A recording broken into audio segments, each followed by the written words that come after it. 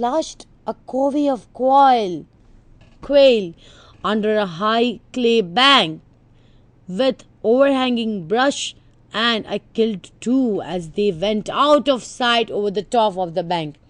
They are somewhere around some river bank or some sea bank, and these are the coveys. I will show you the actual picture of covey. Covey is nothing but, covey is a bird usually found near the sea, right? And quail of covey, these are the feathers are called as quail. While he fell down, flushed a covey of quail under high clay bank. The coveys were moving on, right? Some of the covey, these are the actual coveys, covey rice. These are the actual coveys, usually found in near the bushes where you have sea and ocean. Some of the covey lit in the trees. Lit in the trees means they moved toward the trees, but most of them scattered into the brush piles. It was necessary to jump on the ice-coated mounds. You know what are mounds? Mounds, do you know what are mounds? Mounds are the gathering of ice. Like you make sand piles, yes, near the sand breaks you have ice mounds. So you have to either jump on the mounds, and while you jump on the mounds, on the ice coated mound of brush several times before they could flush. Are you getting it? Flush means to fly, that is flush. So this is about covey, and the father used to hunt coveys. The next slide here shows about coming out while you were posed unsteadily on the ice, springing brush. They made it difficult shooting, and I killed two. See here, everything covered with ice. Okay, so springing brush and everything made it very difficult for shooting because ice is pelting into the ice. And while the ice is pelting into the ice, you are not able to see clearly. What did he do? He tried to hunt the coveys. There were many. He killed two, but he missed 5. But nice shot, right? 5 में से 2 गए. So it was very nice. He was very happy. And started back, pleased to have found a covey close to the house. Why he was pleased? It's a sort of an amusement for people at the foreign countries. Now what they find is it was very close to the house, and he could kill 2, but there were many more left which he couldn't kill.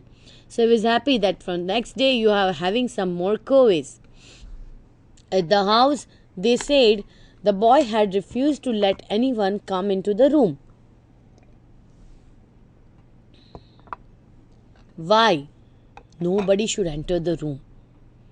The boy is very reluctant. He said, "No one, you can't come in." He said, "You mustn't get what I have." What is this? You can't come in? What am I having which will be given to others? He doesn't even know that this disease is not which will spread. It cannot spread. But what has happened? As the father moves on, he has become more and more reluctant. He doesn't want anyone to enter the room. He doesn't want anyone to get what he has been infected from. And thus, he feels that if someone comes inside the room or has the same disease which I am having, what would happen to him? I went up to him and found him in exactly the same position I had left him, white-faced, but with the tops of his cheeks flushed by the fever, staring still as he had stared at the foot of the bed. Now, the position is the same. Same face, same white face. But now the white face is now having red cheeks. Why? Because the increasement temperature is increased. Fever is staring still. He's staring something inside the foot of the bed. What has happened to him? I took his temperature. What is it? Something like 100. I said, It was 102 and 4/10. It was 102, he said. Who said so? The doctor. Now comes the question. I took his temperature. It was 102 when the doctor came and visited and had taken the temperature. But now the temperature is 100. But the boy shots say, no, who said it is 100? It is 102. The doctor had said. Your temperature is all right, I said. It's nothing to worry about. I don't worry, he said. But I can't keep from thinking. Don't think. Just take it easy. Your temperature is all right. Again, there is a notation of, order. Why are you worrying? I'm taking it easy, he said, and looked straight ahead. He was evidently holding tight onto something, onto himself about something. This whole thing suggests that there is something going on in his mind and he doesn't know what to do. He feels as if something is holding him tightly and he doesn't want it to move on. The boy's father is very worried. He doesn't want that the boy should think any negative feeling. Take this with water. Do you think it will do any good? Of course it will. Now, the father is asking him to take some medicine. The question asked by him is, do you think it will do some good? Any good? He feels, why this medicine is given to me? When I am not going to be all right, I am going to die. I sat down and opened the pirate book and commenced to read. But I could see he was not following, so I stopped. Again he started feeling that this thing is not following. Why am I to do this? If I have to take care about what has been written, why am I reading this book to him? About what time do you think I am going to die? He asked. What? About what time I am going to die? What? About how long will it be before I die? You aren't going to die. What's the matter with you? Oh yes, I am. I heard him say 102. Now, this is the time when he's asking about when am I going to die? What am I going to do? People are going to really scratch upon me.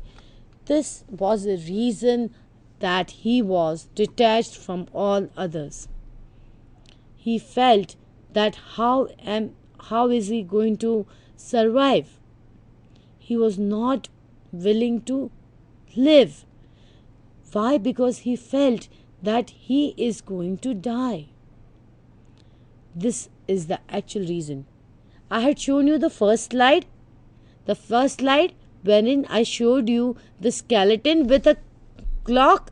That clock is nothing. The clock is the time. He was waiting since the morning.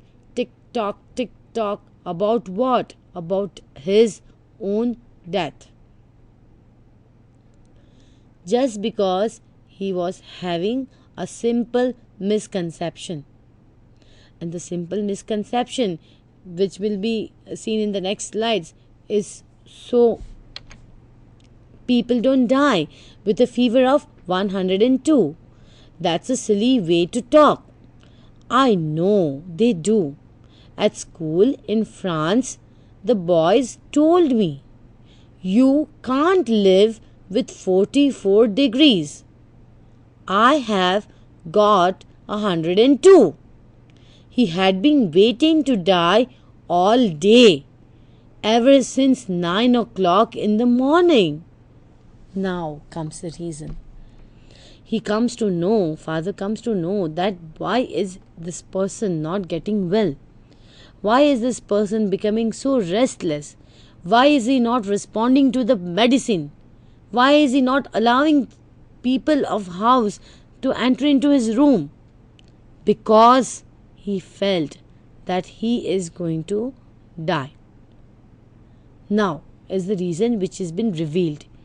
What is he saying? People don't die with a fever of 102. That's a silly way to talk. Now they will say, what has happened? I know they do. At school in France, the boys told me. Now what is this happening? Peer group members, peer students, peer people. What is peer? Your fellow members, your group members. Students and young chaps always get influenced by such kind of talks. Within a group, if somebody says that this shop is having very good clothes, people will try and purchase from the same shop only. And if somebody says that, while I was coming, you should never jump into certain conclusions, people are going to follow that because they are more influenced by their own fellow members. Are you getting it? Thus, what has happened is, here also, Charles felt that in school at France, France की एक school में कहीं पे, boys told them that you can't live with a 44 degrees. What is 44 degrees? 44 degrees? 44 degrees Celsius. What is it? 44 degrees Celsius. And the temperature which we are talking is about 102 degrees Fahrenheit. What? Fahrenheit. So these are about two types of temperatures, two types of degrees. One which is called as Celsius degree, other one which is called as Fahrenheit degree. I have got 102. What is the question of the boy? The boy says, वहाँ पे तो बोला है that 44 degrees people die. People die. And even that I have crossed it. More than how much? 102 degrees. So if I am getting 102 degrees fever, I am sure to die. And since morning I was waiting that when will I die? When shall I die? Now, you poor shots, these are the two types of temperatures. One starts with 40 till 130 and all. These are the Celsius and this one is the Fahrenheit. Right. So these are the two types of thermometers. Poor old shots. You poor shots. It's like miles and kilometers. Now father makes him understand what is the major difference between the two thermometers. As you have already learnt in your physics that you have MKS, you have CGS systems. You know what is MKS? Meter, kilogram and seconds. CGS is centimeters, gram and seconds. So these are two different types of modes of writing the units. Yes, kilometers and miles. What is kilometers and what is miles? Kilometers is the bigger unit. Miles is a smaller unit. Similarly, say Celsius and Fahrenheit. You aren't going to die. You are not going to die. That's a different thermometer. On that thermometer, 37 is normal. On this kind, it's 98 which is normal. Now tell me. 37 is normal. Then you can die by 44 degrees. Here it is 98 which is normal. Now the real reason behind Shad's not getting well is revealed. Okay. Are you sure? Absolutely, I said. It's like miles and kilometers. You know, like how many kilometers we make when we do 70 miles in the car? Oh, yes. Now is the answer coming. Oh, now this is the exclamation which he says. Oh, yes, this is what is the difference between the two different thermometers. He feels, what I was doing, yaar? Since the morning I was waiting to die just because of a small misconception, and the small misconception was nothing but about miles and kilometers, about two different kinds of thermometers, that is Celsius and Fahrenheit. So all these things about waiting a whole day to die, this is about a day's wait. A day's wait was a wait for dying for the whole day, and that too a misconception, the conception which is not going to happen. Okay. but his gaze at the foot of the bed relaxed. Can you see the face now? The smiling face of the chap? Yeah. Of the bed relaxed slowly. The hold over himself relaxed too. Finally, and the next day it was very slack. Slack means very often it happened so, and he cried very easily at little things that were of no importance.